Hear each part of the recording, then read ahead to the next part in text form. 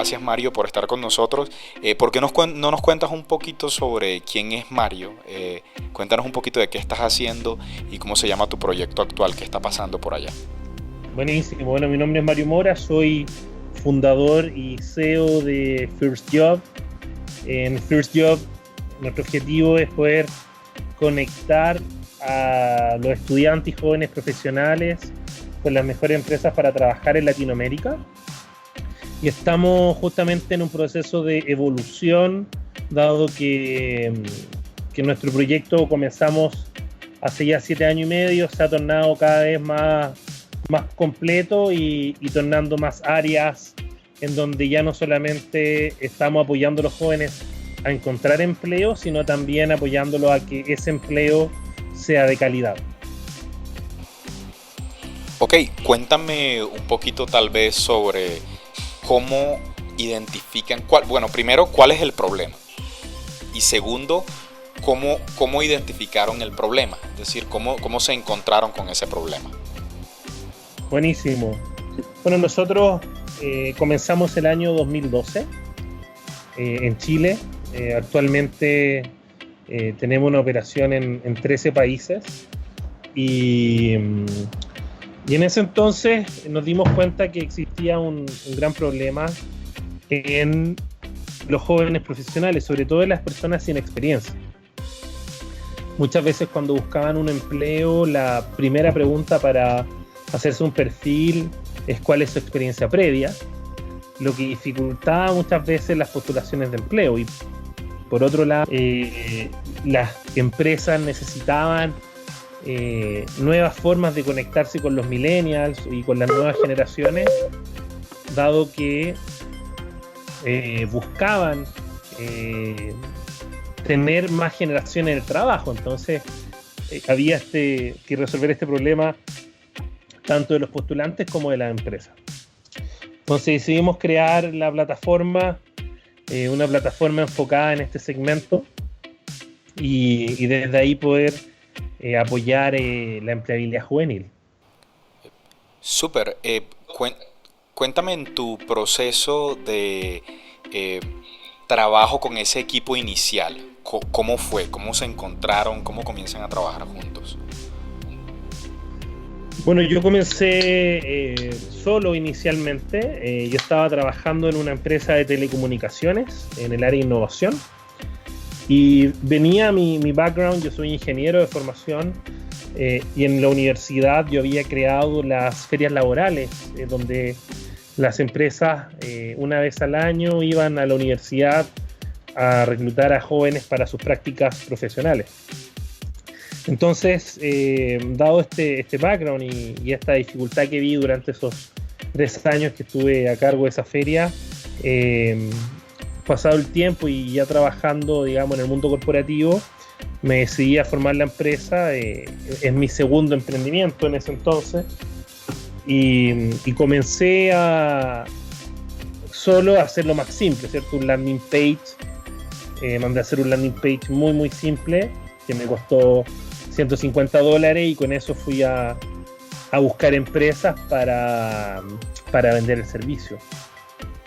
Ya a los 3 meses de operación había podido levantar de empresa cerca de $15,000 y con ese dinero yo renuncié a mi trabajo y me puse a armar el equipo efectivamente, o sea, no cometer los errores de mi primer emprendimiento con el objetivo de uno cuando quiere formar una startup que sea escalable tiene que pensar en que también tiene que sumar a más personas. Entonces realicé la primera contratación, una profesional también con experiencia en recursos humanos, que actualmente es mi socia, y después se fueron sumando más personas, pasantes, personas de tecnología para completar el equipo. Te hago una pregunta. ¿Puedes contarnos un poquito acerca de cuáles fueron los errores que cometiste con tu primer emprendimiento, que te marcaron hacia tu segundo emprendimiento?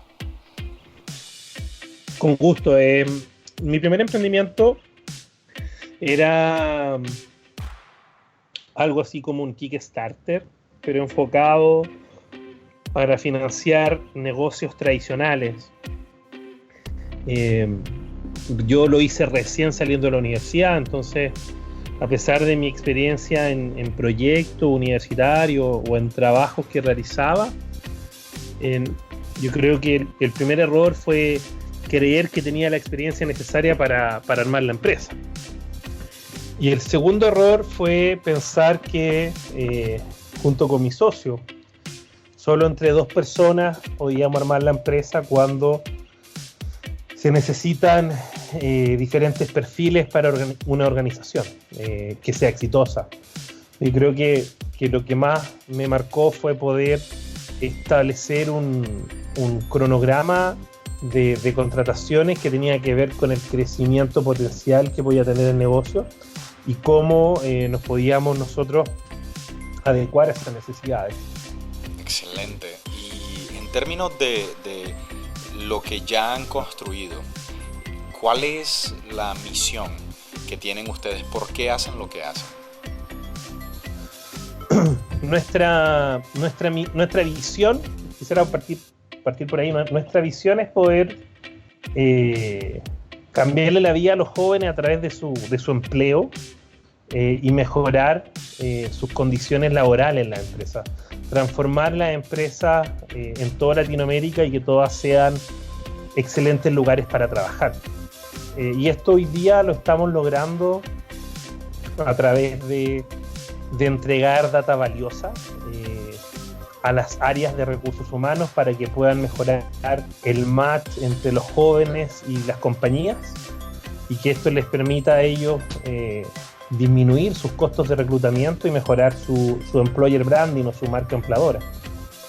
Genial. ¿Cuál es, dirías tú, para ustedes entonces hoy, con todo ese panorama, el reto más grande que están enfrentando? Yo creo que a nivel de organización nosotros hemos sido una startup bastante atípica en Sudamérica, principalmente en el caso acá de Chile. Somos una startup que partió con un financiamiento casi cero, o sea, que partió financiándose de clientes y no de fondos de gobierno.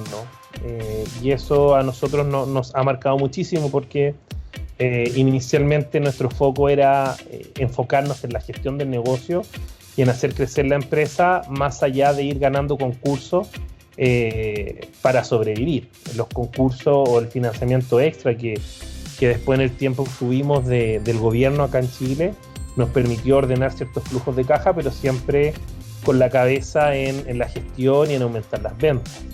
Ya después de 7 años, hoy día nuestro mayor desafío se reduce, yo diría, en 3 cosas. La primera, en poder operar como una empresa regional. Hoy día somos 17 personas en 3 países diferentes y estamos cambiando el modelo de no centrarnos en un país, sino empezar a tener liderazgo y operaciones y aprovechar la diversidad cultural que nos da Latinoamérica, como también la diferencia y las ganancias de ser competitivos en salarios en diferentes países. Lo segundo desafío tiene que ver con nuestro modelo de negocio. Nosotros hoy día tenemos 4 unidades de negocio. Una de estas unidades de negocio es una encuesta que realizamos en 13 países, en donde buscamos y reconocemos a las mejores empresas para los jóvenes profesionales, que se llama EFI, Employers for Youth. Y este es un modelo freemium, por lo tanto, cada año nos genera entre 200 a 300 nuevos clientes, cuyo objetivo es monetizarlos posteriormente, es hacer que puedan comprar algunos de nuestros servicios de pago. Entonces, ahí hay un gran desafío en poder generar ese proceso de upselling y cross-selling hacia los otros servicios.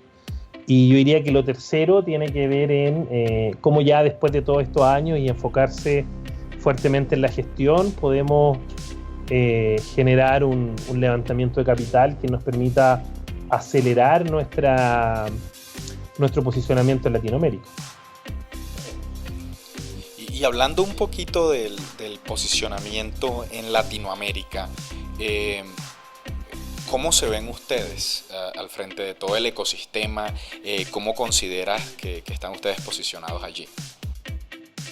Nosotros nos vemos como un referente fuerte en lo que es el sistema de tecnología para recursos humanos. Fuimos, yo diría, somos de las startups más antiguas de esta subindustria, y también nos vemos como líderes en el mercado de jóvenes profesionales. Hoy día, en la mayoría de los países donde tenemos operación, y es nuestro objetivo, es ser top of mind para las áreas de recursos humanos cuando ellos necesiten alguna información que tenga que ver con los jóvenes profesionales. Súper, tú estás hablando de uno de los retos que me parece muy interesante, y es el de tener una operatividad regional. Para las empresas en otras industrias que están pensando en regionalizarse, que tal vez están en Colombia, en otros países de Latinoamérica, y están considerando eso, ¿cuáles crees tú que son las consideraciones que tú estás teniendo en este momento al intentar operar regionalmente? Nosotros tuvimos, y de hecho yo le tengo mucho cariño a Colombia porque fue el primer país donde abrimos operación el año 2014 con uno de nuestros negocios, y cometimos los errores de principiante, que es creer que uno va a poder replicar fácilmente lo de un país en otro, y eso no siempre ocurre, sobre todo cuando estás en una etapa, yo diría muchas veces. Esto fue hace 6 años, donde abrimos Colombia por primera vez. Estás en una etapa de crecimiento de tu negocio y de madurez de él. Entonces es difícil que en un país que estás madurando vayas y puedas madurar en 2 países al mismo tiempo, porque tu foco va a estar en 2 partes. Entonces yo diría que eso yo le aconsejaría a quienes están en un proceso de crecimiento, es que entiendan o puedan saber de verdad que esto no se trata de poner banderitas o de poner en tu página web que tienes presencia en diferentes países, sino de tener tus procesos internos tan mapeados que cualquier persona que pueda llegar a tu empresa pueda replicar o pueda hacer y pueda mantener y pueda seguir, no solamente mantener, sino seguir creciendo tu negocio en el país de origen donde tú estás.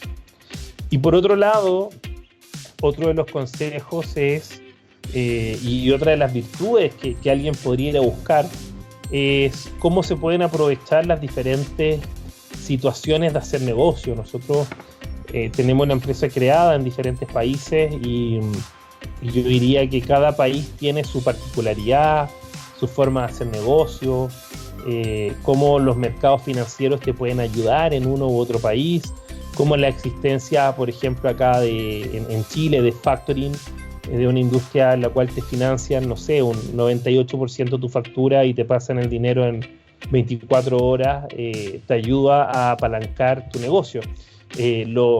Las ayudas de los diferentes gobiernos y entidades aceleradoras que existen en los diferentes ecosistemas en los países también son temas a considerar cuando uno está comenzando un negocio y un proceso de expansión, y entender cuáles son los mercados que son importantes según la etapa de tu emprendimiento.